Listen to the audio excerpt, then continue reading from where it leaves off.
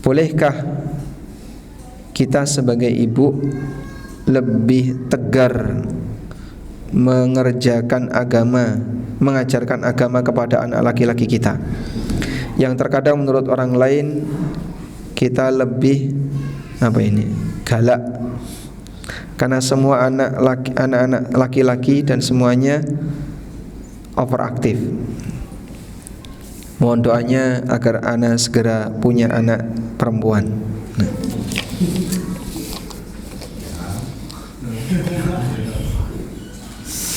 Allah kasih anak kepada orang tua itu bentuknya hibah. Allah berfirman, yahabu liman yasha'u inathan wa yahabu liman yasha'u adz-dzukur au yuzawwijuhum dzukranan wa inatha. Allah memberikan hibah kepada siapa saja yang Allah kehendaki anak laki-laki, anak perempuan, dan Allah hibahkan kepada siapa saja yang Allah kehendaki anak laki-laki. Allah sebutkan perempuan dulu baru laki-laki. Ada satu keterangan yang disampaikan oleh Ka'ab bin Murrah. Beliau mengatakan, di antara tanda keberkahan seorang wanita adalah Allah berikan kepada dia anak pertamanya perempuan.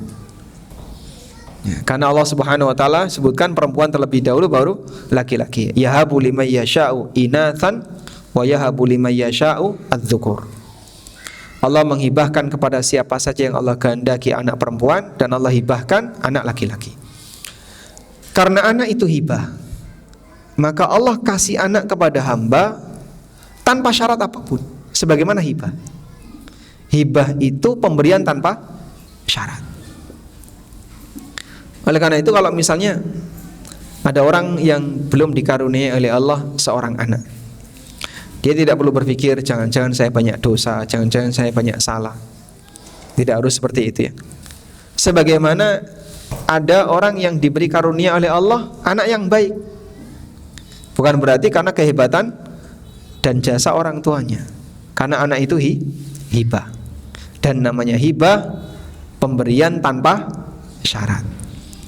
Oleh karena itulah, bagi mereka yang diberi oleh Allah anak yang baik, syukuri, karena ini semuanya adalah pemberian dari Allah Ta'ala, baik yang diberi hibah anak laki-laki maupun anak perempuan. Selanjutnya, mendidik anak laki-laki yang demikian super aktif misalnya, dan susah untuk mendengarkan nasihat orang tua, boleh enggak Pak? Misalnya dengan sedikit keras. Kalau sedikit keras tidak sampai pada kondisi menimbulkan cedera, insya Allah tidak masalah.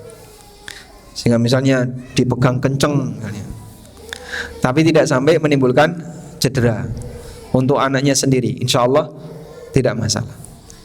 Nabi SAW pernah sholat, lalu Ibnu Abbas datang, kemudian langsung berdiri di mana? Berdiri di mana? Sebelah kiri. Oleh beliau dipindah ke kanan. Bagaimana cara beliau pindah? Ditarik telinganya. Ditarik telinganya. Bahasa kita kan seperti dijewer ya. Tapi tentu saja bukan dengan keras ya.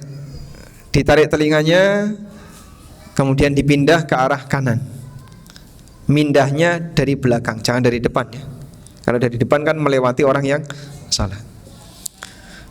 Sehingga ini memberi pelajaran bahwa terkadang ada sentuhan fisik tapi tidak sampai menimbulkan cedera, hukumnya boleh. Apalagi ketika itu bisa membuat anak jadi lebih mengerti tentang ketegasan yang diberikan oleh orang tuanya.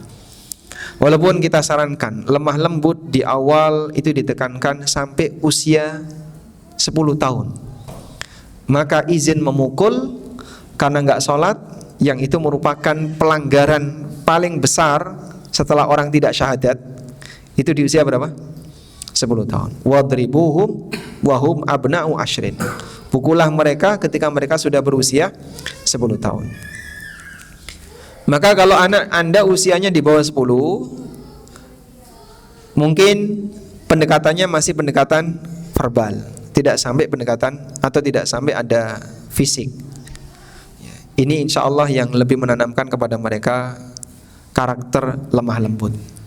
Sehingga di samping kita mengajarkan kebaikan, kita juga mengajarkan sikap lemah lembut.